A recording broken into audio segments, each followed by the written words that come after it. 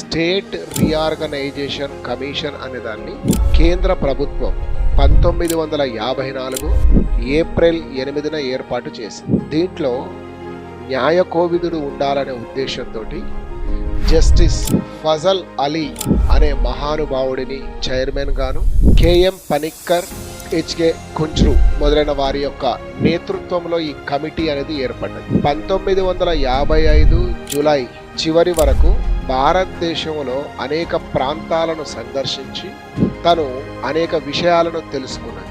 ఈ యొక్క రిపోర్ట్ అనేది 1955 సెప్టెంబర్ 30న కేంద్ర ప్రభుత్వానికి ఇచ్చింది. ఇది చేసిన ప్రధాన సిఫారసులు కనుక మనం చూస్తే 3 రకాలై కనిపిస్తాయి. ప్రత్యేక తెలంగాణ ఉండడం వల్ల ఉండే లాభం, ప్రత్యేక ఆంధ్ర అలాగే ఉండడం వల్ల కానీ లాభం, ఈ యొక్క సమైక్య రాష్ట్రం ఉండడం వల్ల లాభ నష్టాలు.